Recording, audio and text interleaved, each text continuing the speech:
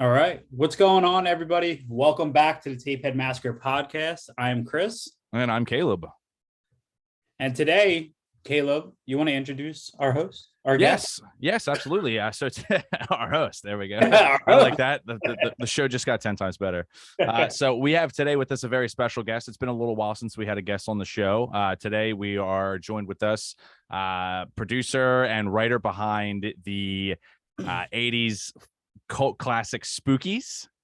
And we have Street Trash. You got your hands in that as well, producing. And we are very excited to have with us Frank Farel. How's it going? It's going terrific. How are you guys going? We are excellent. Had Awesome. a fun day at the punk rock flea market today in Philadelphia. Oh, really? Did you get your hair there? Yeah. Kind of. I went with my girlfriend and she did it. So yeah, I mean, it sounds fun. Well, we brought our dog, and that was almost a mistake. I mean, he's a good dog. He's very well mannered, but my time there was short lived only because I had to bring him home. He was getting a little too antsy. It's just like a few hundred people walking around in a tight closed area. But yeah. So, Chris, how about you, man? How was your day today? Oh, man, dude, I actually went and saw. We were just talking about Barbarian. Oh yeah. Yeah, I've heard a few reviews of it.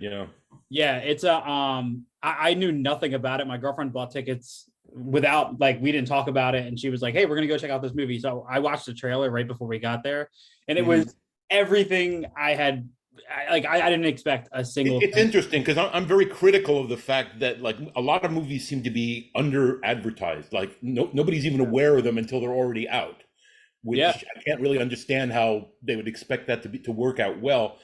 But I've noticed that they've done the same thing with certain movies like that. I mean, I haven't seen it yet, but it seems to have gotten uniformly positive reviews.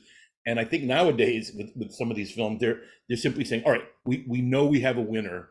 Let the word of mouth and the reviews carry it. We don't have to spend a fortune on advertising. Yeah, well, and Caleb knows I'm very on top of news, on top of everything that's going on kind of in the community and stuff. And I had no idea this movie was A, coming out, B, even came out. Somehow it slipped completely under the radar. Well, this is one of my big gripes in recent years is just that the advertising for movies used to be predominantly newspapers and television. Yeah. And now most people are not watching actual television. Sure. I mean, personally, I'm getting most of my movie information and ads on the internet, trailers on YouTube, ads on certain sites, but I don't feel like it's it's just easily accessible. It's not like opening a newspaper and saying, oh, here are all the movies. Yeah. Do you remember, Frank, I don't know if when I was younger, so this was like early 2000s, I was huge on a website called Arrow in the Head. I know the website, yeah. Yeah, so they've kind of faded away. Joe Blow was their parent company. Arrow in the Head was kind of their horror sub, and now it's Bloody Disgusting. They're really? Okay, I didn't realize that it had gone through that transformation. Yeah. Bloody Disgusting is like the hub for anything going on in horror, whether big or small. And somehow I missed this movie on there too. So I don't. Well, I think even some of these people whose job it is to tell other people don't get the word very, upfront. I mean, I just, I remember, God, I mean, especially as a kid, I would hear about a movie and you would wait months and months and months. It would seemingly forever to show up in an actual movie theater. Yeah, I think that's a cool thing that we lack nowadays. It's a good point you brought that up because Chris and I were actually talking about discussing that with you. Horror, back in like the 80s and, even 90s and promotion and marketing and things of that nature versus today. And I think it's really crucial because, I mean, that's your livelihood's dependent on how you market things. And, I've been in bands over the years, and it's basically, you can perform well, you can have a good record, but if you don't promote yourself and market yourself the right way, it's going to be a flop regardless. And right. I mean, I have to think all the other studios and production companies are aware of this, very aware of it. And what they're doing now must seem to them the financially sensible thing to do. But at the same time, I find that as a moviegoer, I find it frustrating. Yeah. I mean, I read all kinds of stuff. I find, all kinds of articles, stuff is shoved to you on social media. but I don't feel like I'm aware of things the way I once was. I feel I'm like aware of them in a different way. I feel like studios are too busy investing too much money and taking away the director's vision for what they favor as opposed to marketing nowadays. I feel like all the extra money goes into reshoots of stuff they don't like. So Yeah, well, I mean, nowadays, I mean, with the money that they're spending, you know, they're very, it's very unusual to see something that really doesn't fit one formula or another, and that, you know, because they want to feel absolutely solid about it before it is released. But they've really banked, and I think that they've hedged their bets on a lot of mistaken concepts. I mean, because many movies have flopped in the past few years, and I'm talking like hundreds of millions of dollars studio films that should have done well, but just did not. yeah. Yeah. Then you have like James Wan, who gets pumped a bunch of studio money for Malignant and just blows it out of the water, free of studio interruption, just does his thing, and he just. But I think that's because in a case like that, he suddenly said, "Oh wow, they're giving me all this money. I have to make the greatest film I can make." I mean, Yeah. any real filmmaker, I feel, has that attitude. Mhm. But I sort of feel like I think a lot of the very big popular directors, because they're, you know, like a lot of the guys who direct the Marvel movies and, you know, other things that are just given like a very high profile. You know, they've sort of, it's different than I'd say previous decades where the directors were usually in contention with their bosses to some degree about one thing or another. But these guys seem to be like, they seem to have, maybe it's just their freedom because of the success, but they seem to have an ability to just do what the hell they want. Yeah. That's a good point. Do you think, I want to ask you, Frank, so like this is huge. I'm a huge physical media fan, right? So obviously Synapse has a big release with Street Trash, Spookies, Vinegar Syndrome. Right. Well, right now it's like, as you may be aware, physical media is being kept alive primarily by certain fans of certain genres. Yeah.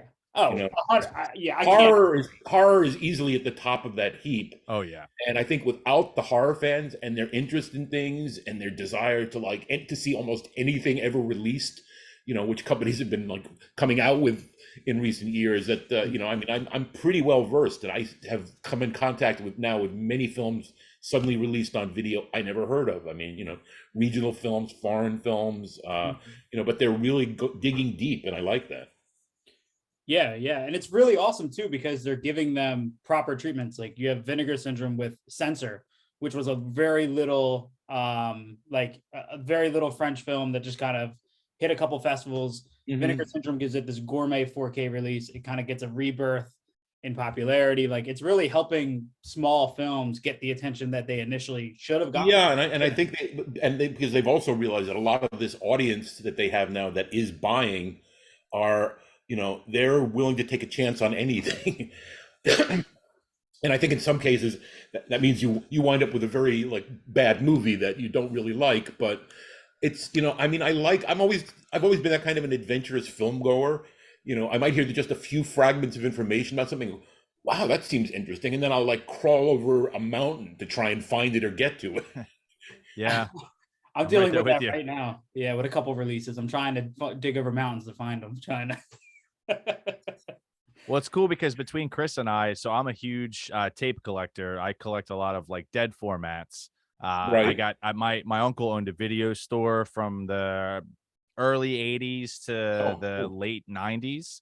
So that was like kind of what I grew up in, and I inherited his store essentially of all of his tapes and things. So I collect that thing. Chris has gotten me all fired up collecting Blu-rays. So, you know, between those two things, it's like, you know, you find out, like you said, like a lick of information about something, and then you pretty much do anything, you know, especially people that you look up to and say like, oh, this is a good movie. You're like, well, now I have to have it. Yeah. No, and it's I mean, the beautiful thing now is that almost anything that has ever existed is seemingly available or about to, or soon to be available. Right. Yeah, dude. But it also helps keep the new life. Like, honestly, I didn't know either Spookies or Street Trash until I started exploring physical media. And I started kind of digging into things a little bit more because I was born 91. So I didn't, you know, coming up in horror, collecting has helped me build a rapport and find films that I didn't find before.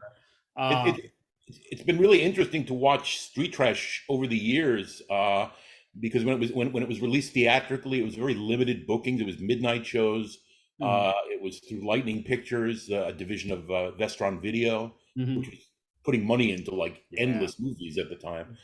And it was, really, I think, a time where it was kind of unpredictable. Nobody knew exactly where this market was going. But the video market was incredibly hot. And Mhm. Street Trash, this Vestron had decided, oh, this is a midnight movie. It's going to be a cult movie. So they literally released it as if it were already a cult movie. Like they had decided in their minds that people would start coming and it would have a cult like the Horror Picture Show, which Yeah. it really didn't at the time. It the horror fans, certain types of people who found out about it, checked it out. It played midnight shows, off and on for a number of years, and every few years popped up again at a midnight show. Yeah. But it wasn't until video really, especially I would say DVD is where it really took off, because VHS, in those days, I mean, everything was much more expensive. A lot of stores would pick up one or two copies of a movie, that was it. But I know Street Trash did really well in terms of selling to stores, and most of those copies that are out there for sale of that right now are from those stores. Yeah. Yeah, and Street Trash is definitely looked at as like a grail amongst the tape community nowadays as well. Spookies included too. I mean, both of Oh, those the tapes VHS, are yeah. it's rad. I think it's rad. And There was only one U.S. edition of Spookies, and it was VHS, and that was one of the bigger deals about the Blu-ray that did come out a couple of years ago, and it came down to like, all right, the film was released in 1987 or thereabouts, and it hadn't seen a U.S. release and again until 2019. yeah, which is rad. Well, that was It, 'cause it is. It's highly unusual. I think Spookies was put out first by, and I don't know if you know for sure, but I think it was 88 Films, and then Vinegar Syndrome picked it up. No, it was Vinegar Syndrome, and then 88 Films bought their Oh, release, okay. their whole package, and put Okay. it out. They added a couple of things to it, and then put it out. Okay. Okay. Yeah. Because Yeah, and that's actually that. And there have been several German editions that have come out. Just about a month ago, a new German edition came out. Two different, hard cases, and man. other booklets and things like this. But other than that, the film has only so far gotten out to in its new 4K, 2K release. It's only gotten out to people, in the U.S. and Britain and Germany. Okay. And I was actually shocked to realize the other day that I don't think it's ever had a release of any sort in places like Japan. Oh, I'm not surprised with Japan's censorship and just their. Well, they're weird, but they also have some of the most explicit films in the Right. world. And It's a little backwards sometimes. and I'm in touch with a fan who knows the film, having been able to find it on the internet, and I tried to, get him to look into seeing about a Japanese release. I can't imagine that it wouldn't be something they would want. That's because you have like Korean, like The Sadness, which just came out, which is the most violent film probably. Well, no, Asian films. The thing is, censorship in Asian countries is just different than we are used to here in the West. I mean, they have for years. I mean, been softcore porn, graphic horror, blood, stuff that like didn't even really come into vogue here in the U.S. until like maybe the 80s. They were doing back in the 60s and 70s to one degree or another. But they're very it's they're weird, like about sex, where they just they'll show you something, but they will optically enlarge the pixels and blur it and Sure. make it not quite viewable, so that to them that sanitizes it. Yeah, good point. Yeah, it is strange. Very strange. What do you think, Frank, of the current, like, do you think, so I know Street Trash and Spookies both went through a 2K restoration. Do you think companies like Synapse and stuff like that are kind of double dipping by doing even further 4K masters? Are these films worth, Here's the thing. The answer is yes. Yeah. I think 2K and 4K versions of films on disc are going to be around for quite a while. Yeah. If you consider the fact that DVDs are still being manufactured. Yeah. So I think what it comes down to is they're catering to the specialized collectors market, that if they have a a predisposition to a film, if they really like something, it's like, oh yeah, all right, sure, I'll upgrade my copy that I've upgraded 5 times already. Yeah, yeah, oh yeah. That just happened with so one of my favorite boutique labels right now, Second Sight Films, just finally finished Dog Soldiers, and that was a film Yeah, that I'm aware of that release coming out. yeah, that was a film that had been begging. The Blu-ray was awful. I mean, the original actual film quality was bad, and now the 4K is, when you team it up with another 4K, it's not great, but it's the best the movie will ever look. And in that case, I'm like, this is awesome. But then you have Friday the 13th, where it's like, how much better is it really going to get? I really, here's the thing. It's like, I'm willing to bet that many people, if you showed them a picture on a 4K and a 2K television, would have a hard time telling the difference. Yeah. I mean, I'm a professional, and I mean, I can look at a full Blu-ray. I can also look at a file that's been copied from that and reduced to like a much smaller file, and they can be in many cases almost indistinguishable. I mean, if you have them side by side, you'd probably be able to see certain defects that were not present in the better quality. But I think for the average viewer, all these higher quality formats, I think they're being sold something they don't even understand. Oh yeah, unless you have like a full like Dawn of the Dead, when it got its 4K treatment through Second Sight Films, it went through a full color grading, massive changes on that front. Unless a company's putting in that kind of effort, right? Just saying, hey, we took the 2K and we rescanned it, or because 2K is 4K downscaled, right? Yeah. Yeah, so all they're saying is like it became the commercial medium just because that was about, at the time initially, that was as much as they could fit on a disc comfortably. Yeah.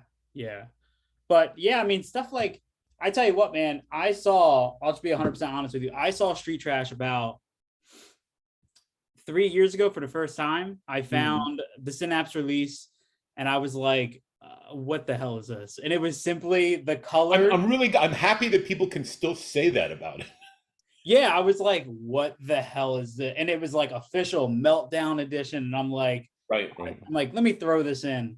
And went through it, had a blast, obviously, between toilet melting and even the hide the dick toss scene in the junkyard. Like everything was just a blast. And then I went into the making of documentary that was added to that.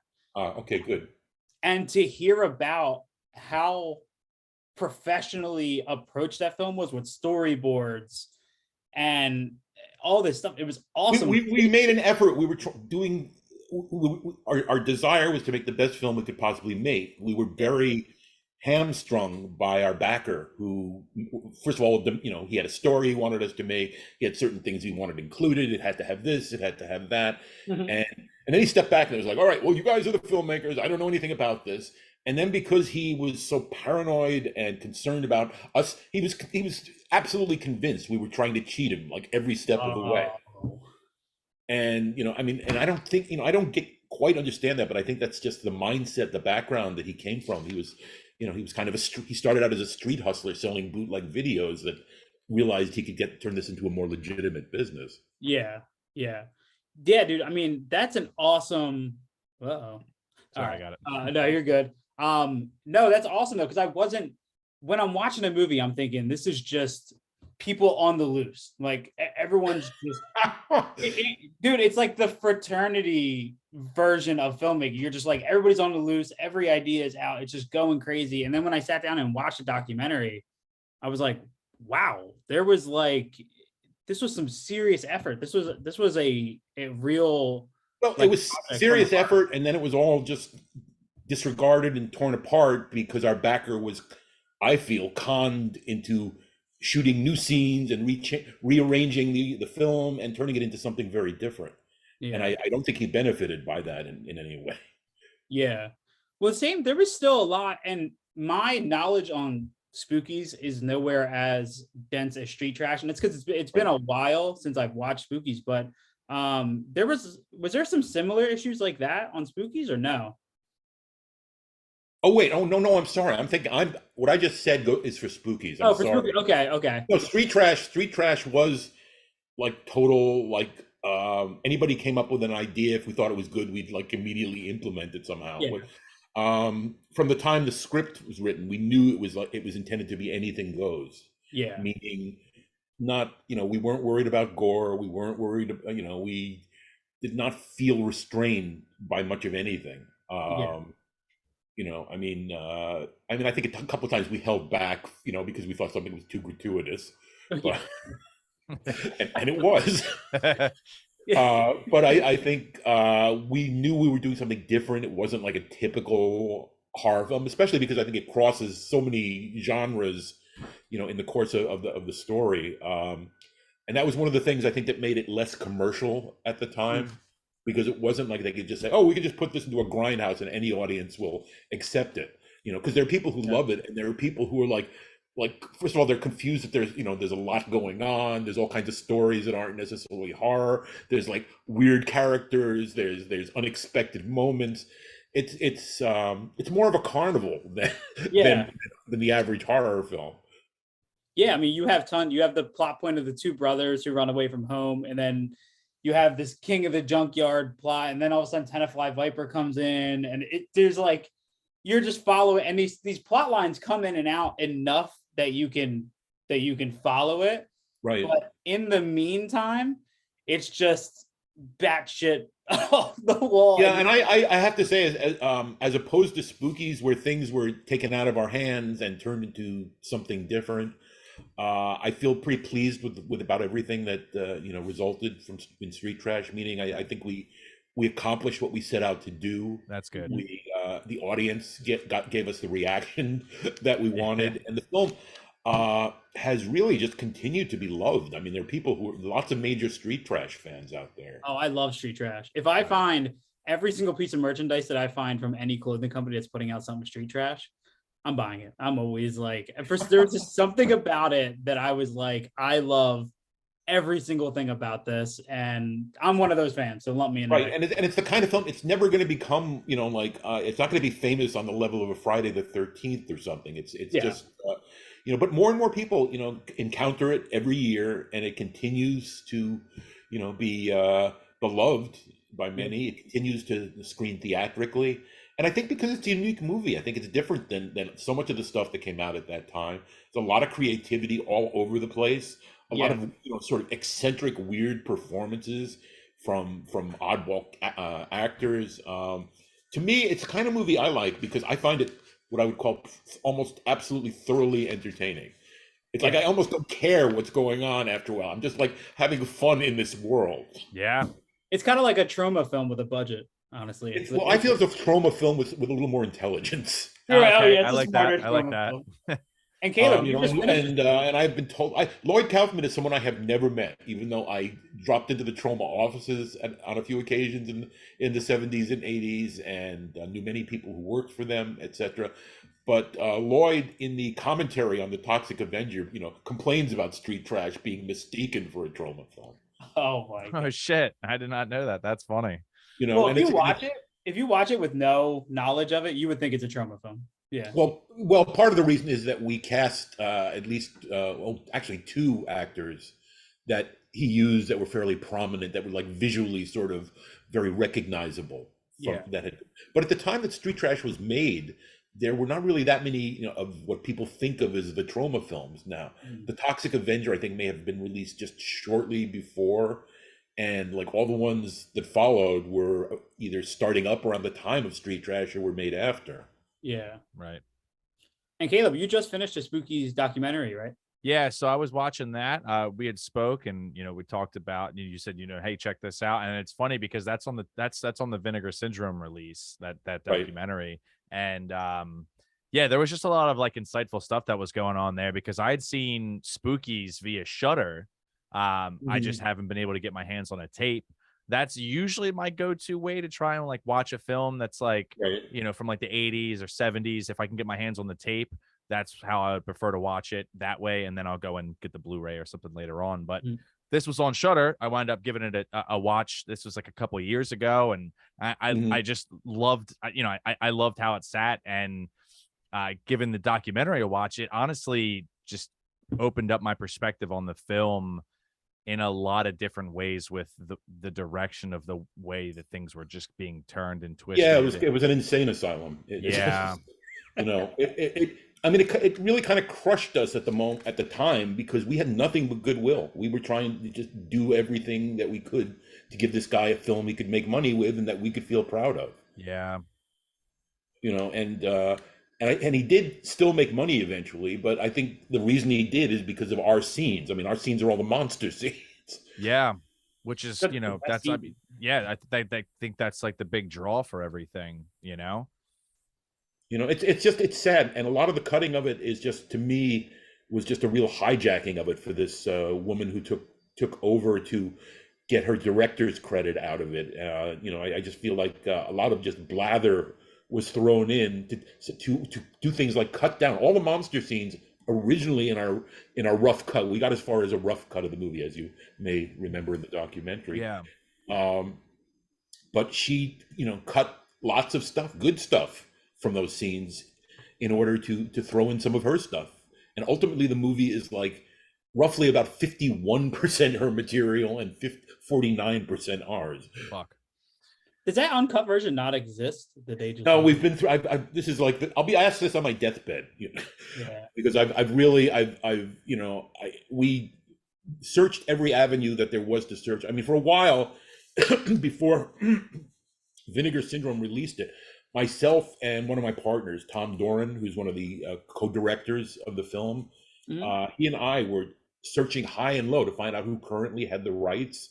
This goes back to like the mid 2000s or so, and we went from one company to another because the film changed hands at one time in the 90s. In the late 90s, apparently it was owned by Vestron because they were releasing it overseas. Oh, But it okay. went back to the backer eventually, Michael Lee, and he owned it.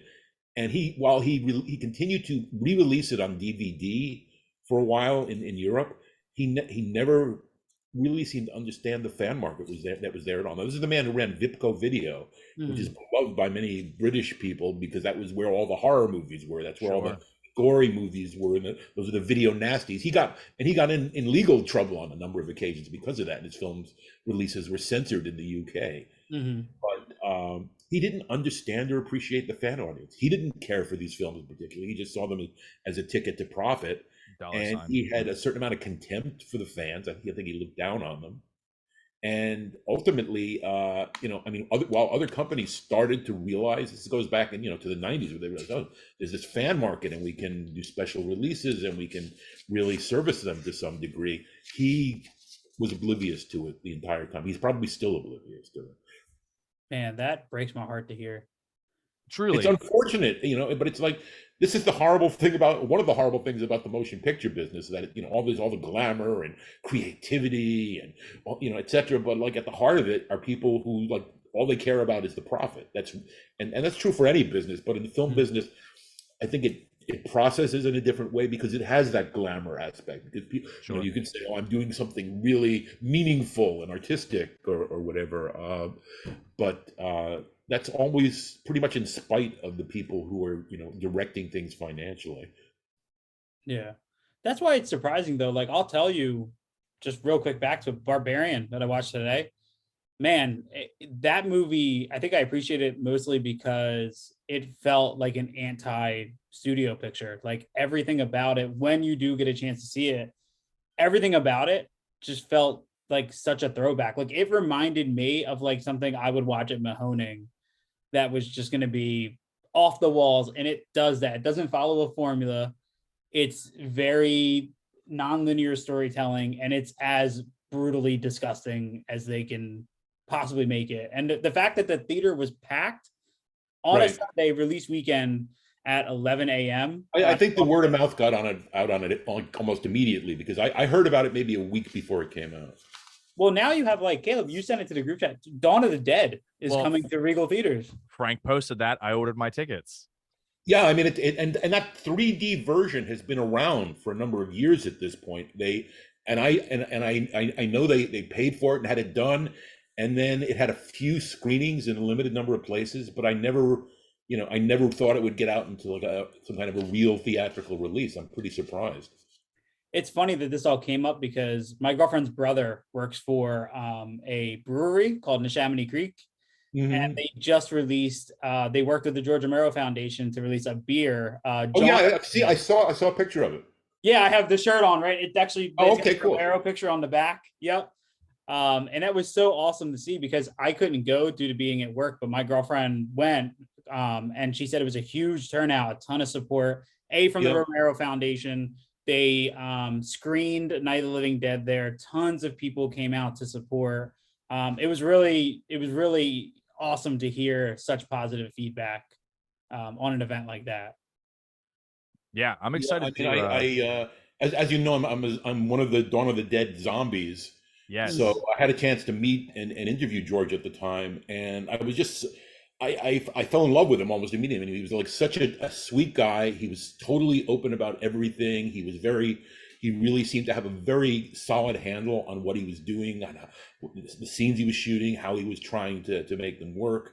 Um, and I like to see that he's in such a respected position now, because he's the kind of director who, at the start of his career, even after Night and Dawn, he was just like one of these guys that Hollywood really didn't take that seriously. I mean, he did start to make Hollywood films, but Mhm. I don't think he got the respect he deserved from Hollywood. Well, a lot of his Survival of the Dead, kind of like that last Diary of the Dead, it all went through what was it, New Line Extreme? Yeah, it Was it was the New Line Extreme I Extreme. think, line, yeah, right? something like that. Yeah, so you could tell that they were kind of still pushing his movies to kind of this weird, It you got know. to the point where the only thing he could get any financing for was another zombie movie, Mhm. and by then he was like working with like very minimalistic budgets again, because that was the option. And I just find that kind of sad, Yeah. especially after The Walking Dead took off like it did, and that was like, essentially his, he should have gotten a credit because that was his concept, Mhm. and not that it hasn't been copied a billion times before and since. Sure. But it was, to me, it was really sad. And they offered him a chance to direct some of the shows, but he had no interest. Did you watch The Amusement Park? I haven't seen it yet. I have a copy of it, actually. Oh man, it is so good. I'm so happy that A had a resurgence thanks to Shutter pushing to get Right. it, but B RLJE Films releasing it on Blu-ray finally in the US, and now you have Second Sight Films, which is working on finally trying to get the director's cut of Martin out there. Yeah, I've heard various things about that, including that the director's cut itself is not really all that. The fans are not exactly going to be like thrilled with it. Well, it's like 3 hours long, I think, too. It's like something I heard it's Yeah, very yeah. I mean, long. I mean, personally, I feel all that stuff should be out there if you're a fan, and I consider myself a bit of a film historian. I will watch lots of stuff for what I'll just consider scholarly reasons. All right, I'm not watching this for entertainment. I'm watching this to know more and understand more. That's Yeah. that's cool. I like that. I like that outlook on it. That's fun. But yeah, it's cool. As soon as I saw your post about the Dawn of the Dead at the at Regal with that partnership, I just like had to instantly get tickets because I was talking with Harry from Exhumed Films, and they're doing Right. a 3D fest in Philly, and they're going to show Jaws 3D, Amityville 3D, and Friday 3D, Huh. part 3 in 3D. Okay. So that'll Yeah, be I'm really amazed that 3D continues to endure even after. I mean, 3D television sets didn't catch on like they figured they would, yeah. but there are still 3D movies. Yeah. Yeah, it's definitely there's a Uh, market for it somewhere. Piranha, yeah. Oh yeah. Alexander Aja with Piranha 2. Yeah, did the 3D gig. And I think that was like the last big 3D horror film that I remember was his Piranha sequel trying it. Yeah. Yeah, I think now. I mean, they're doing it they're doing these transfers to video in 3D, so the process itself is not the costly thing that it once was. Yeah. I just got Flesh for Frankenstein on 3D. And that's actually I've never seen that fully. And you How's could the 3D? Did you see it in 3D? that's I'm actually gonna watch it tonight and I'm gonna watch the 3D version instead of the 2D for my first time experience. Right. We'll see how that goes. We'll see. Yeah, that was probably one of the first 3D films I actually saw myself back in the Oh, 70s. cool. And the thing I remember more than anything is there were two effects that like were like totally like, like made the 3D everything else, worthwhile. It was just like the 3D was just so impactful in these scenes. There's a scene where bats fly at the camera, and then you can like I literally ducked. I felt the bats were like Oh, all shit. around me. Yeah. And then there's another great scene with guts hanging into the camera. Oh, that's rad. That's I've rad. heard crazy things about Paul. I'm finally starting to dig into Paul Morrissey films a little bit. I watched Blood for Dracula. Now Flesh for Frankenstein is up. So I don't know what I'm in for, but we'll see. Yeah, it's weird because those Paul Morrissey films, I mean, he came, through Andy Warhol basically, and they were really more experimental art films than straight out films, and there were some of those films like have you seen Bad? Oh, yeah. Yeah, it's like it was really puzzling at the time that those even got into mainstream theaters because they seemed like completely off the wall for that type of a play out. Well, that was how I felt with Caleb. Have you ever seen Effects? No, I don't think I have. It's a weird. Do you know the movie I'm talking about, Frank? Yeah. And so I never heard of this movie. My girlfriend's brother got it for me for Christmas one year, and it's this weird, like off kilter film with starring Tom Savini, and it takes place in Pittsburgh, so it's everybody from like the Romero Scene, yeah. clan, and it's about a group of people making a snuff film. Yeah. But it's really funny because the film itself is not, it doesn't even get close to like snuff film category, but it's a weird movie. It's enjoyable, but to sit down and watch it, you're like, man, Tom Savini's a creep in this. Like there's just a lot of weird things happening in that movie. It's like one of those rare Pennsylvania horror things that came out. Okay. I just this week I saw for the first time the film Midnight by John Russo, who was the co-producer of Night of the Living Dead. Yeah. And that was made in like 1979, 1980. About the time, I think he probably got the money because after George had the success with Dawn, is what I'm guessing. But I saw that for the first time, and that was a pretty typical horror film of the period, etc. I mean, Savini did the makeup on that, etc. But that was a film I've been meaning to catch up with for quite some time. What was it like to be on set in the mall with shooting Dawn? Like it was well, considering that most people's impression of it is just like people running around and gunfire and zombies and stuff, it was just totally calm and relaxed and fun. Well, because George had shot just about everything he needed. He said that he had a finished film, and he now had just a little leeway, had a little money and time to play with ideas and see what he could come up with. And a lot of that stuff wound up appearing in the film, including my scene. It was just like one of these like crazy ideas he came up with. He was unsure whether it would play with an audience, whether they would just be like, "What the fuck is this?" But apparently it worked, and people have continued to love it through the years. Oh yeah, I love those little cutscenes in that film of like just like the different like zombie interactions. Well, yeah, fun. That's another film. I mean, somebody told me actually a friend of mine, Jamie Cimino, who I will probably have to say is the world's biggest street trash fan, and he's trying to do a book. He's writing a book right now about the making of street trash. Oh, rad. Oh. But at that point in time, I think George, there was no pressure on him, right? So I just remember him like smiling and laughing and having a great time with everything. He did a bit where he was actually in one scene that was never used, where he was one of the bikers and he's wearing a Santa Claus suit running around stealing stuff. Damn, that sounds awesome. Oh my gosh, have you been to the mall in the past? I haven't, and I keep, I have been waiting. To tell the truth, right now I've been trying to finish getting a version of a screenplay together that I am happy with, and so I've been writing like crazy for the past couple of years. Okay. And I have wanted to, and I have people working with me now that want to, basically put together sort of a tour and try to get me to as many conventions in the next year or so as possible, because I just I wanted to start doing that a couple of years ago, but COVID sort of threw everything off kilter. And I wanted to be able to like figure out, and people kept saying, well, just go there. I've occasionally sold autographs, but it's not like, I'm not used to the kind of thing where I'm just sitting at a table hammering out autographs like you see at all the conventions now. but I do want to get to one of these. And the fact is that the film has sort of, where at one time it was sort of an orphan film in a way, in that it got very weird release in the USA. It was available on VHS if you could find it, and then it became available on YouTube.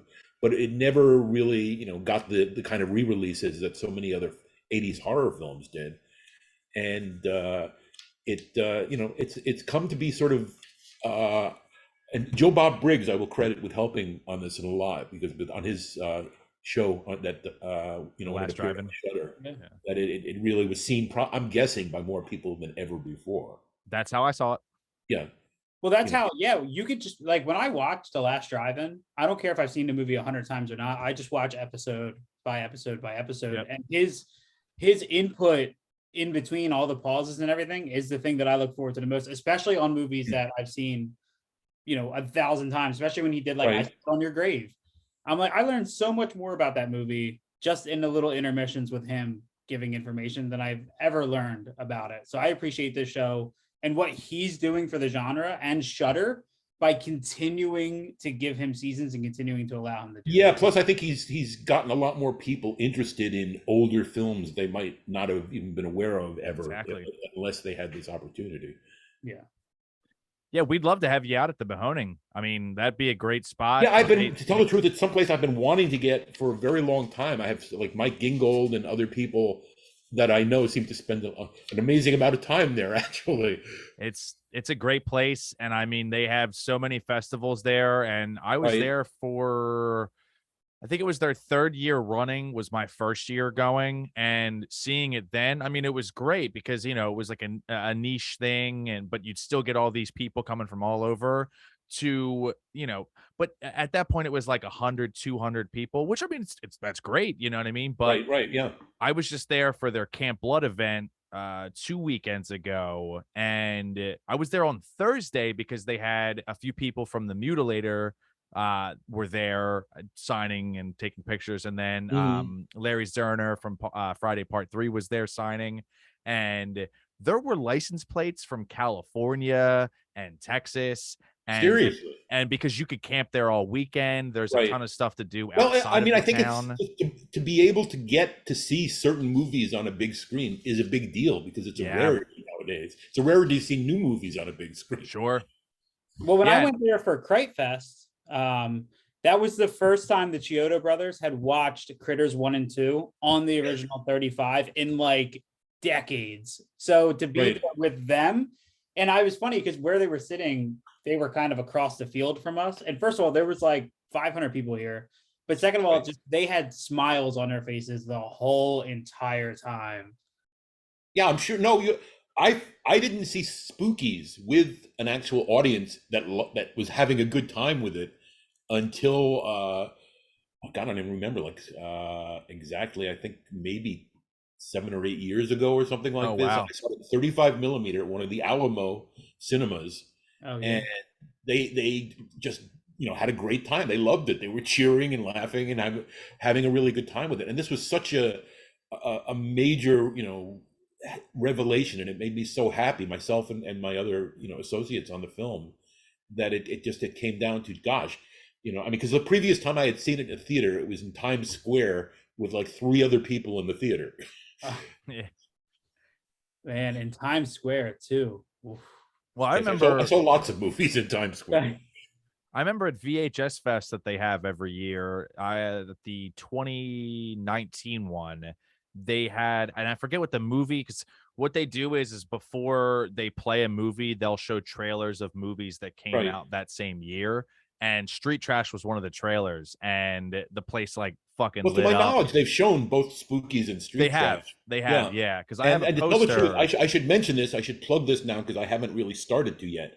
About 1 month from now, on the 8th of October, at the Alamo Cinema, at the Alamo Draft House in Yonkers, New York, which is just above New York City. Not far from us. There will be a showing of Spookies as a double bill with the documentary that you recently saw. Awesome. Oh. I Okay. haven't seen the one that And album. we've been meaning to do this for a while. The two guys, Glenn Baisley and Mike Gingold, who did the documentary. Yeah. You know, we've talked about trying to arrange this kind of thing. So this will be the very first time both of them have been seen together. And so many people who have seen Spookies have not seen the documentary. And I think, and many people have been like, you know, totally like bowled over by the documentary because they said, all right, this makes me think about the film in an entirely different way. And It does. and plus it was like, finally, it was our chance to get our story out there about, you know, what sort of happened and, you know, decided the course of our career at that time. Yeah. So what's going on with like, is there anything that you're working on that you want to plug? Anything else going on? What you Well, got? of course, well, let me finish plugging the fact that at the Alamo Draft House in Yonkers, New York, there's this double bill of Spookies. It's on the 8th of October, and it starts at 5 in the afternoon. It's a fairly early show because it's going to be like 3 hours. Plus, there will probably be a question and answer session and Sure. similar things. So this is something I'd like to try and carry to other parts of the country. I think you know, my impression has been that there are enough fans to make it's something that's viable. Oh, definitely. And if we could, you know, do this, and the fact is, I mean, now you don't even need a bona fide movie theater, because I mean, you can get a 4K projector. There are plenty of smaller theaters all over the country that have big screens. I think it's something that we could bring to a lot of cities, and I'd be able to connect with fans directly. Whereas, I mean, so far I've only personally connected with fans at things here in New York for the most part. Okay. Yeah. I mean, something like that at the Mahoning would be fucking awesome. Yeah, you no, know? well, I'm sure that they would be willing to do it, but Oh, I I'm mean, sure. once we do this, we want to bring it to you know, as many other places as we can. Yeah.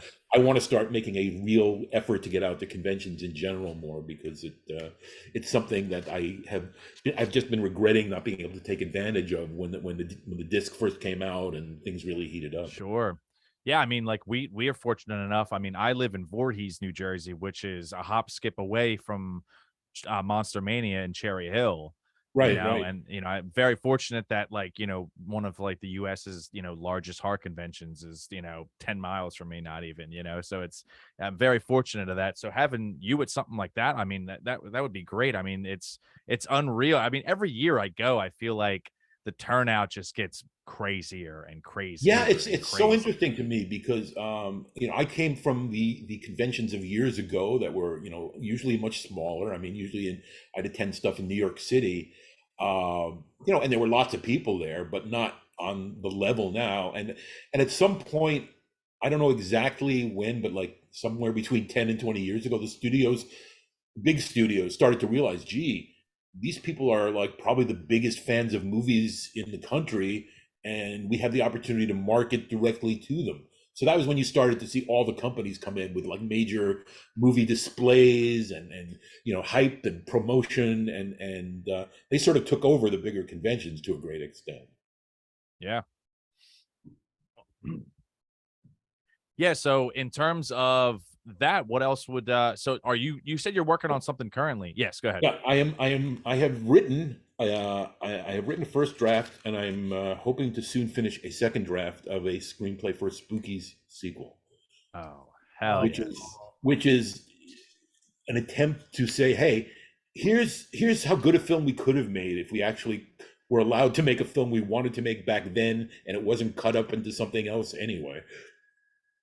Man, That's amazing. And Chris, that you were talking to me earlier, you had something to kind of ask Frank in lines with that of stuff to come out back then versus today.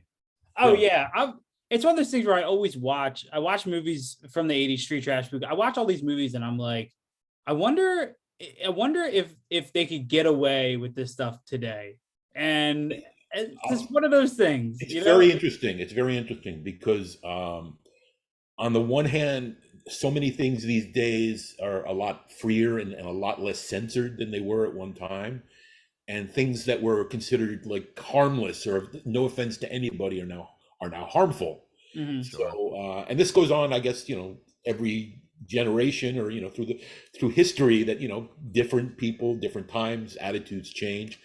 Now, Street Trash, keep in mind, we couldn't do a regular theatrical release, partially because it was such a weird movie, and partially because it was like full of too much objectionable stuff. It wasn't just blood and gore. It was like, you didn't expect to walk into your local cinema and see a flying penis. Yeah. Fair. But nowadays, people take that stuff in stride by comparison. Yeah. And I have people tell me things like, "Well, I really like street trash, but I have to say it's kind of offensive to the homeless." Oh my God. And I don't know what to say to that, because I feel like the characters, people like the characters of most of the homeless characters. Yeah. And the fact is, I lived in New York at that time. The homeless situation, and it's getting, I've heard bad again nowadays, but the homeless situation at the time was just like, especially in Manhattan, there were hundreds of homeless people like all over the place, almost all the time. And in certain areas that were just like, dozens and dozens of them everywhere, begging and etc. I didn't feel we were really being pretty realistic, to tell the truth. We were probably being more kind than if we had depicted them in a more documentary style. Because unfortunately, most people who are on the street and homeless are mentally ill or alcoholics, or just, are incapable of having a real life. Sure.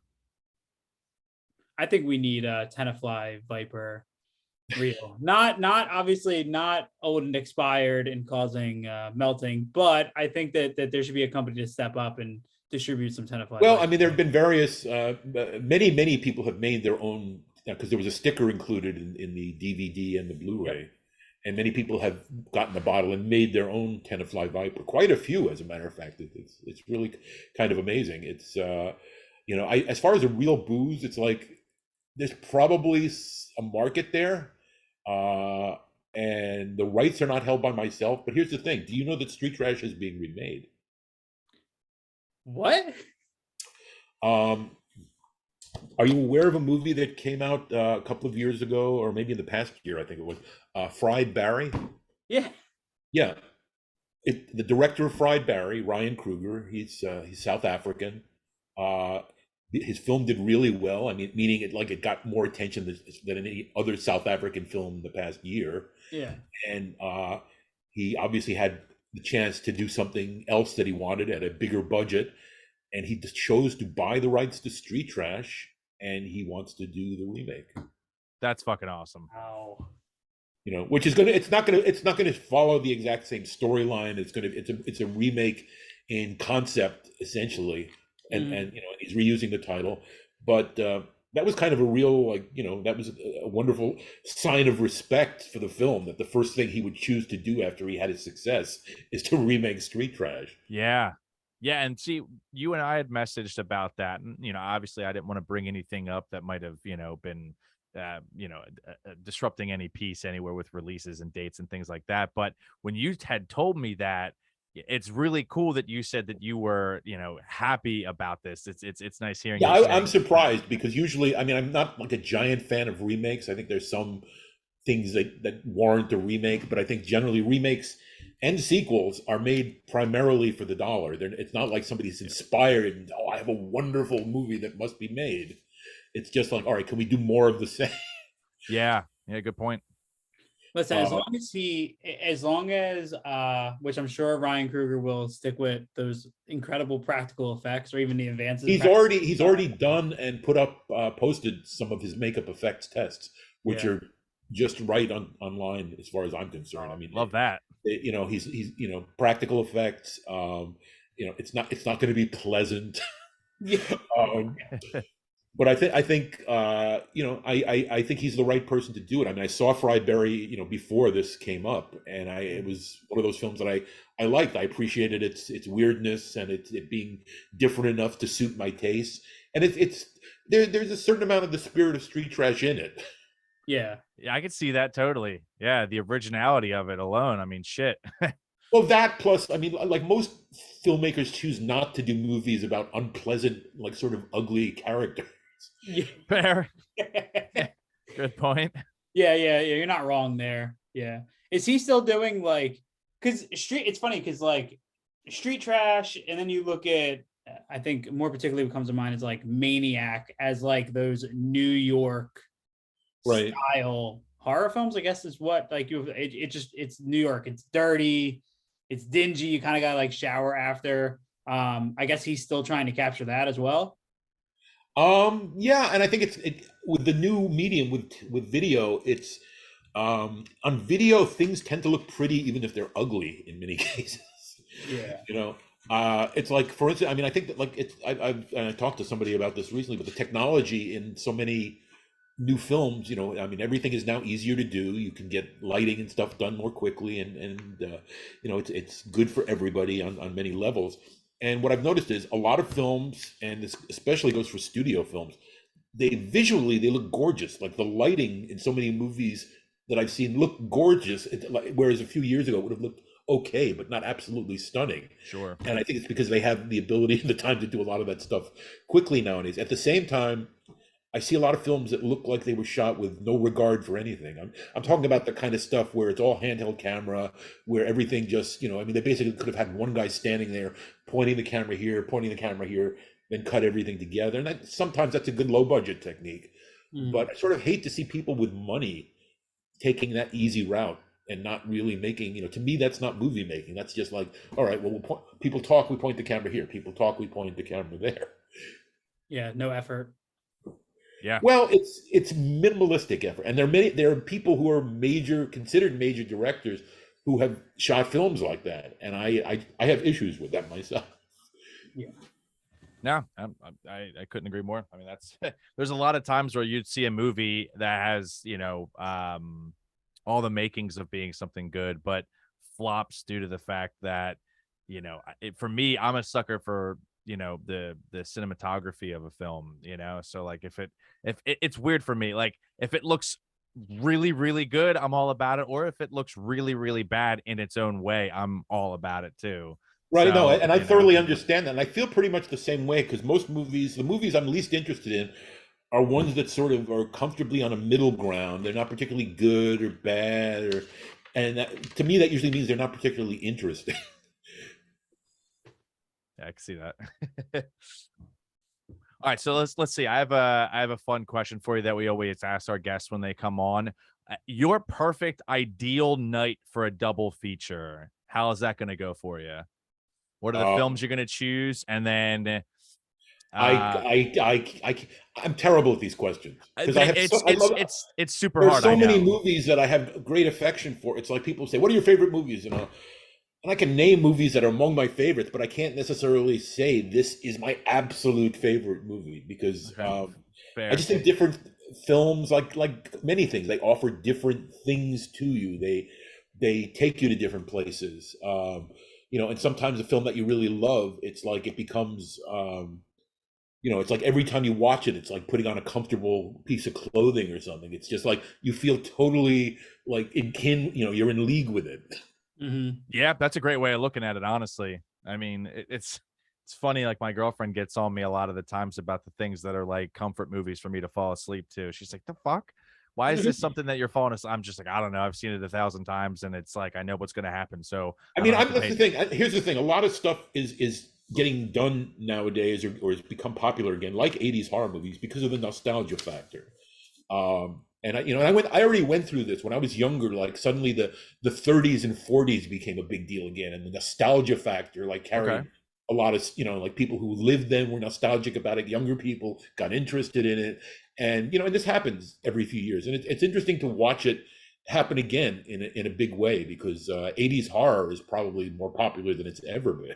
Oh yeah. I mean, In Search of Darkness, the documentary on Shudder, you know, that's like it's just an encyclopedia of just like throwing things at you that happened throughout the 80s, you know. And I think that, you know, for people that have the subscription service to Shudder, you know, I think that that's really opened a lot of eyes, you know, to the world. But plus the guests that they've had on, like, you know, Corey Taylor from Slipknot was like a big advocate behind the whole thing and really promoted it on his platforms. So I think that brings like a whole new avenue of like, you know, people that might only be like your fair weather horror fans. It'll bring them in into the light, and you're like, oh, this is amazing. How did I not know about this? You know, I think Shudder is the main reason why Giallos have become so popular again, because they have curated like playlists, and they'll have Giallo Essentials or Horror Essentials, and you can just go in and just watch anything in there. And because of Shudder, I think boutique labels have had an increase in purchasing of certain genres because they see it via streaming, and then it just picks up the pace. Now Shudder is like the Giallo home. You go on there, you can find most Argento films. You can find a bunch of Umberto Lenz. Right, and for someone like me, that's a good thing. I'm a much bigger fan of 70s and 80s European giallo than I am of most slasher movies from the US at the same time. Oh yeah, for sure. Yeah, I'll pick 10. I'd say, you know what, to answer your question, Caleb, about a perfect double feature. Yeah, I would go honestly, because either tonight or tomorrow, I'm probably going to do it. I just got brand new 4K releases of Phenomena and Tenebrae. And I might just have to do an Argento double feature these next couple of nights. Good night. That's a good night. It's like they're about to, speaking of the Mahoning too, they're about to have an Argento fest as they do. I think this is the third one that they've done, but they're showing it's a 2-night thing, and they're showing 3 each night. I can't remember what the films they're showing this year are, but yeah, definitely a good watch there for you. Yeah, well, so you guys are both Dario Argento fans, I'm gathering. So what, in your opinion, happened to his talent? Fuck. No, seriously, that's like, I don't know, that's a good question. Where they have a period where they're incredibly creative and they're doing very different original work and they really stand out, and then that just stops for some reason. I feel Brian De Palma sort of went through the same thing, where he had a long career, he made a lot of really good films, and then his films got less interesting. I think Argento went through that phase where it's two different planes. So people say that Argento is kind of like the main giallo. Everybody knows Argento, they love Argento, but then he's the most famous, but there are a lot of other directors who made about as many films, if not more. Yeah, and I didn't know this until I watched a documentary, but Argento, 2 giallo directors at the time when Bird with Crystal Plumage came out, was not respected. He was actually... No, he wasn't. That was just considered another, grindhouse horror movie that the critics didn't take seriously. Yeah, but then you have like Tenebrae, for example, which has one of the first long crane shots in cinema. He does that real wacky shot over the roof and into a window, and the Goblin soundtrack's playing. And I think when I think giallo, I just automatically think to Argento, and I feel like Argento went off the rails the 90s. 100%. It was and I would agree. I mean, I watched almost all of his films in consecutive order a few years back, and it got very depressing that he seemed to, like, he was trying out all kinds of really weird stuff. I mean, his earlier films are just full of stuff where you're saying, what the hell is this? Mm-hmm. Yeah. And it's unusual because usually directors become bolder as they get older. Yeah, well, I think like Argento has a new film coming out. I haven't seen it yet. No, it came out. It's called Black something. I can't remember. I've heard terrible things. Yeah, I have too. And most of the films I've seen of his, and I have to admit, since about the 90s, just haven't done very much for me. And then you have guys like Cronenberg, where he comes out of nowhere with Crimes of the Future, and it's one of the best, in my opinion, horror films of the year. You know what I mean? And that's it. And he made it clear that's his last horror movie or his last movie. Yeah, it's crazy. But I respect him a lot because he was the kind of director. He started out making films that were not considered mainstream. He got to the point where he could make mainstream films and made essentially other genres and other types of films, and then wasn't ashamed to return to horror. Well, yeah, you look at like you have like A History of Violence, which is a DC property.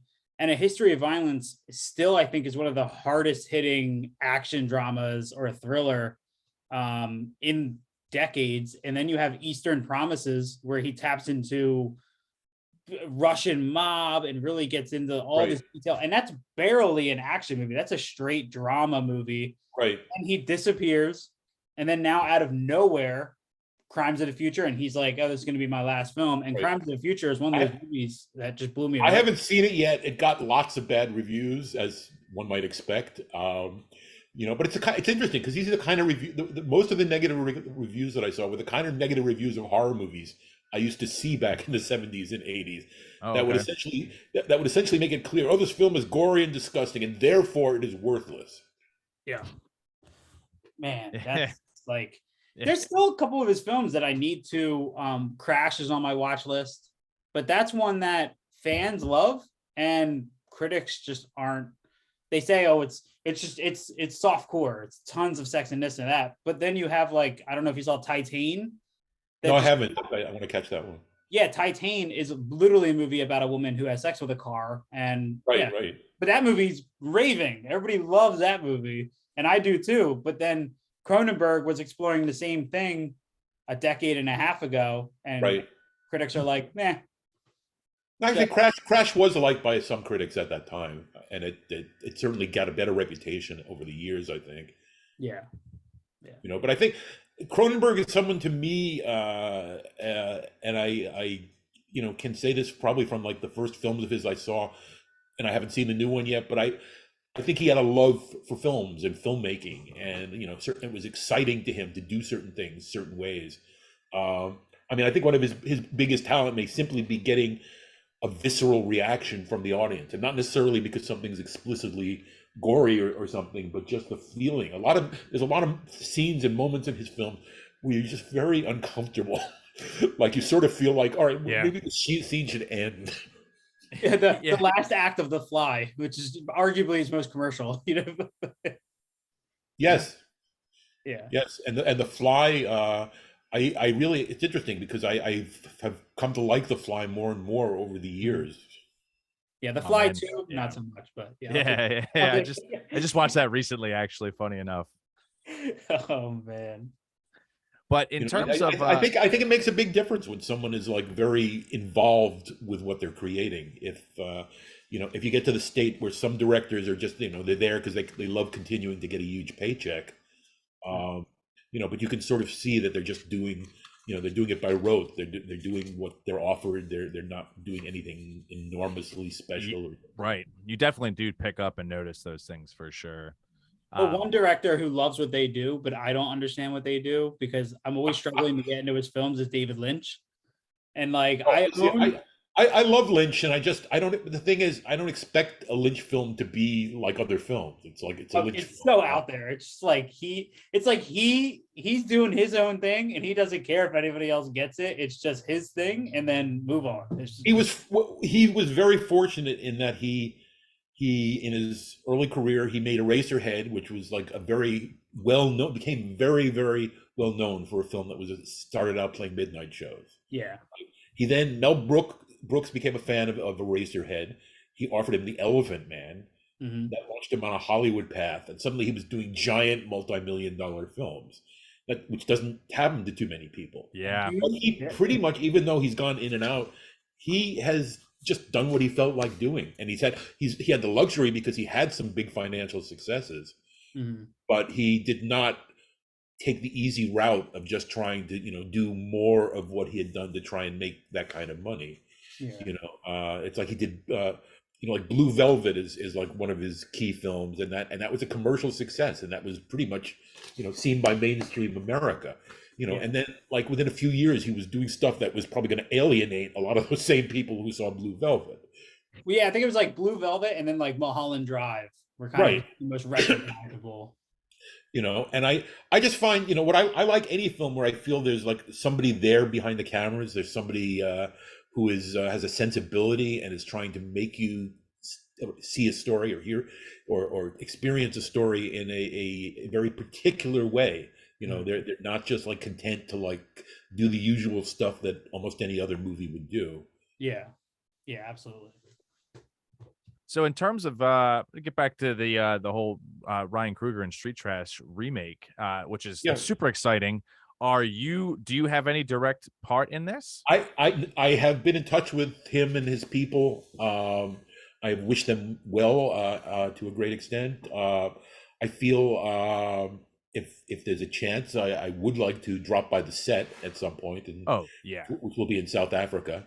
I was going to offer him to remove my penis again, but the fact is that when I heard it wasn't like a step-by-step remake, it's a different story in using the premise, and I'm assuming recreating some of the ideas, but I think that's the way to do it myself. I mean, I like that. I mean, you look at like just this week, the remake of Disney's Pinocchio came out, Right. and it apparently was already decided by the studio that it was just bad enough that they would not even bother putting it into theaters, which is really interesting because Pinocchio was one of their biggest animated films, one of the biggest animated films everyone knows it. If the film was great, they definitely would have put it into theaters. Sure. But it's, to me, what I've seen of it, it just looks embarrassing. I mean, they're just redoing, like so many of their other remakes. They're just shot for shot doing what worked before. They add a few things, they take a few things out. But to me, that's very it's just lifeless filmmaking. It's there's nothing that's really coming from it that I think adds. Mm-hmm. Yeah. Yeah, that's true. And I mean, plus this is also like the fourth or fifth rendition of Pinocchio as well, in terms of like the live action and animated. I mean, I don't know what lot. happened, but like in the past year, and going into the near future, Pinocchio has become a very popular story to do over and over again. So I think I'm Guillermo looking forward, del Toro actually. is I'm doing looking one forward to right the Guillermo del Toro version. Yeah. Yeah.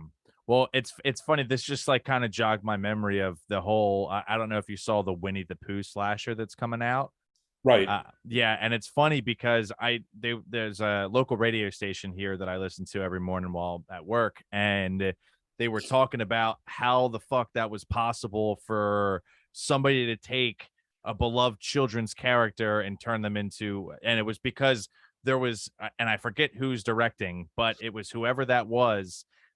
They were counting down the days for the rights to go public to the character. So Right. there's no one else. There's no Eeyore. There's no Tigger.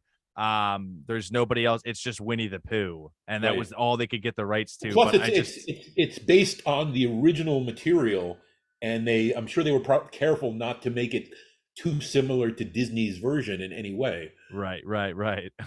Oh, trust me, it does. It looks nothing like. Oh yeah. But I think in coming years, you're going to be seeing a ton of that. Here's the thing: copyright law covers most things in the U.S. right now up until I think the year at the moment is like 1928, 27, something like that. Whereas like every movie made before that, with the exception maybe of a special re-release version that was made, put together later, is out of copyright. I think there are probably thousands of great stories, movies, whatever, that were from that period that are going to start. You're going to start to see remakes. You're going to start to see new, variations on certain ideas. I mean, keep in mind this includes things like I heard comic books artists talking about this recently. In another something like 11 or 12 years, Superman goes out of copyright. Holy shit. Now you can't just like use the character any way you want. You can use the concept of the character as it was presented in 1934 without any limitations. Right. But that gives people a chance to almost reinvent any popular character. Sure. That's crazy to think about, actually. Well, it is, and the company, it's really interesting that was allowed to happen because Disney was a while back was very successful at getting them to extend the length of copyrights, meaning that because their characters were worth so much money that they were sort of unwilling to let them go. And at the moment, I don't know. I mean, they have Mickey Mouse for some extended period of time. I don't know until when, but a lot of other properties are just out there. I mean, you can't go and remake a version of it that was made 20 years ago, but you can go remake it beyond whatever the limit is. Yeah, that's gonna be wild. 3 horror movies I'm looking forward to, right? The Street Trash remake. I'm just adding that one now. The Winnie the Pooh slasher and Terrifier 2. That's my list. Actually, I'll admit I'm a fan of Terrifier in that I thought that David Howard Thornton took like a really simple part and he barely even moves at time on screen. Yeah. And between the makeup and the physical aspect of it, I thought that was like a very effective character. I agree. Terrifier 2 is 2.5 hours long. It's 150 minutes. Is it? And the reviews are incredible. I've heard really good things about it, but 2.5 hours? Yeah, I think it's I'll find out for sure, but I'm pretty sure it's 144 minutes, I think is exactly. So That, it is. that makes almost no sense. It's 140 minutes. Wow. Yeah, that's long. Damien Leone is just going. That's going like 40. That's like, you know, I mean, most video and companies nowadays would, for whether for theatrical or video, would say, "Oh, you have to cut 50 minutes out of this." Yeah, right. Now, Bloody Disgusting is just letting them, because they're one of the big. I think they're one of the big influences with Damien Leone and Terrifier 2. They're just letting him do his thing, and they've already announced there's going to be an extended director's cut upon the physical media release, so it's probably going to cross 150 minutes in some way. See, that's great. See, I think that's great. I mean, I in most cases, can you hang on a second? My cat just threw something off the table. Oh no, you're okay. No, you can't do that. And hang on a second. I'll be right with you. And I just fed you a few minutes ago. What have you done with your dinner or your? Hold on here. Check this out. Can't I just put it there and eat it? Okay. Sorry about that. No, you're fine. Where were we? No, it's okay. You were saying that you thoroughly enjoyed that, the fact that there's, you know, yeah, because I think that's like ultimately that's the golden ticket for any film director. You know, it's like, I mean, I think and you have to care enough to demand it, but I mean, if you can get in your contract that you get to do a director's cut that can get released in some form, even if it's not the theatrical released film, even if it's not the official version of the film, that it's a chance to say, all right, here's my vision of the film as I intended it. Sure. And I think, and in most cases, I think the director's cut is the better cut. Although I've seen some where the director should have definitely taken a lot out of certain. You go ahead and have this one, yeah. Oh man. Well, that's really cool, and it's funny because there's so upon talking to the 3 cast members from the Mutilator at Mahoning Drive-In, they also announced to us that they're already starting to film, or they're actually wrapping filming on a sequel to the Mutilator. I heard about it. Yes. Yeah, and it's so between that and having a street trash, that's just going to be really rad. I can't imagine what they're going to do with the Mutilator in the sense of how that one ended and what's going to happen, but it could be. I don't think it matters. I think, to tell the truth, I think with a lot of these films, it's like the main thing people are going to take from them is the title, and you know, I mean, that's always been the case with sequels. Sure. Yeah. You know, a lot of times the story will have nothing whatsoever to do with the previous films. So yeah. It was funny. I was just having a conversation with a few friends about the Texas Chainsaw remakes and reboots, and how there was a multitude in the early 2000s that kind of flopped, and then we have the Netflix one that came out I think last year, and that really just, I don't think that one landed too well either. Yeah, to tell the truth, that felt to me like they just gave up trying. It's like saying, all right, here's some money, just put a Texas Chainsaw title on it, we don't care what you shoot. Yeah, because I think if I'm not mistaken, it's supposed to act as if nothing ever existed between, you know, part 1 and this one. So it went which is from part incredibly 1 to this stupid. What that actually was is like an attempt to again reinvent the franchise. Right, exactly. It was very strange, and I don't know, but and I've heard that is getting a follow-up. It is. You know, I don't know what to say about that, because here's my feeling about, you know, I'm not a fan of most remakes. I mean, a lot of stuff, if it's just schlock, I don't care. Make 1,000 of them.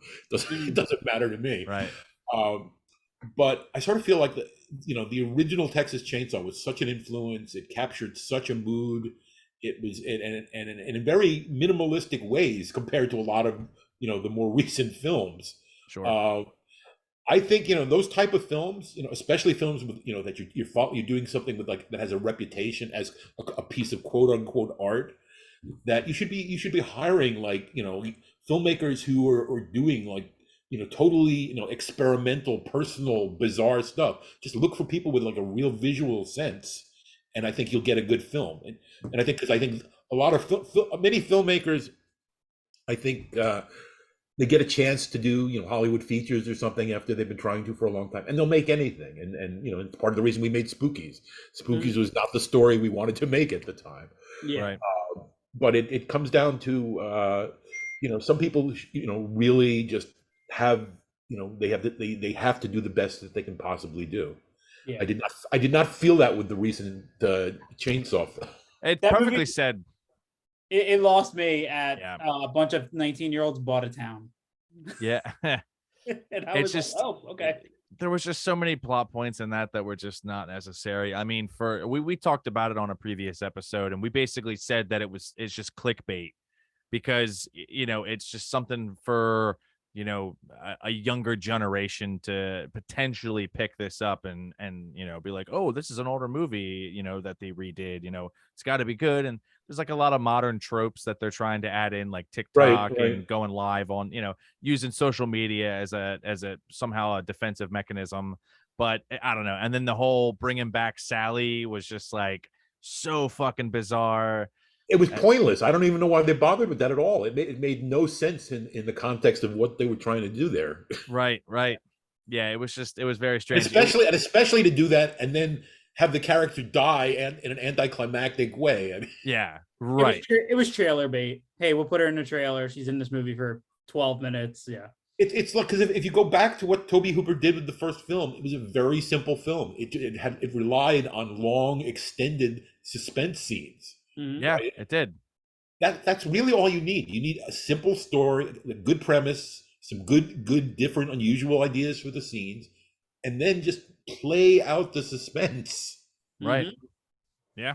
That's it. And especially in the case of Texas Chainsaw, which was at the time, it was like, a shock to many people when they saw it. There's barely any blood in it, and it remains at the top of those type of films in popularity. Right.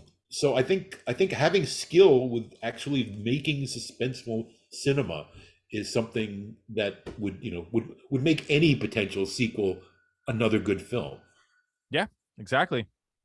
So, well, listen, Frank, I think we're gonna wrap up. Right. Is there anything else that you wanted to plug? Or is yours? No, as I said, I think people should go to the Alamo Draft House in Yonkers, New York, on the 8th of October, and if they happen to live within a radius, and see Spookies on a double bill with Twisted Tale, The Unmaking of Spookies, the Rondo Award-winning documentary that tells you why my career was scuttled around the time of Spookies. But I want to plug, and the fact that I am working on the Spookies sequel, which will be far beyond what any fan of Spookies might expect.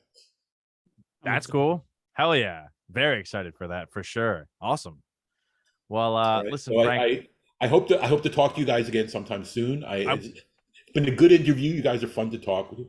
Awesome. Well, thank you. I was going to say we should definitely keep in contact. We'd love to have you at the drive-in.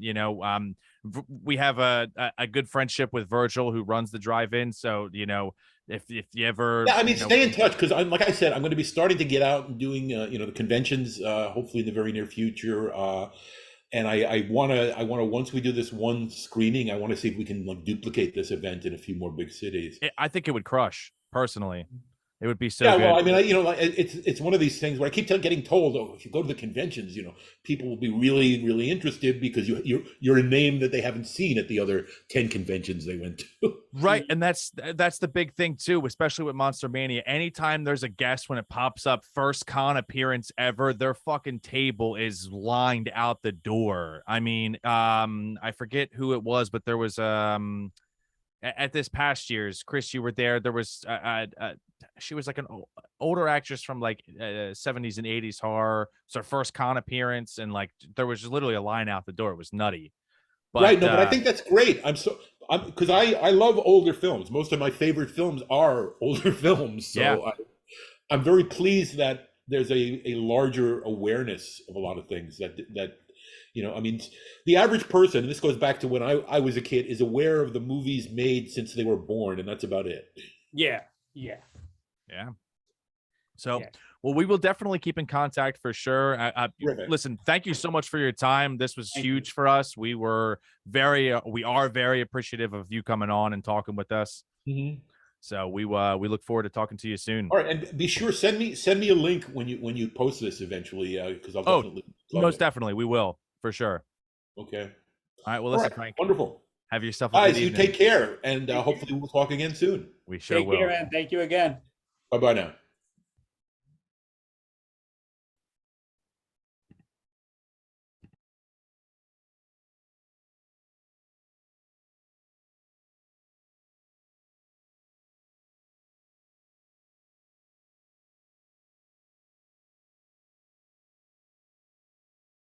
Yo.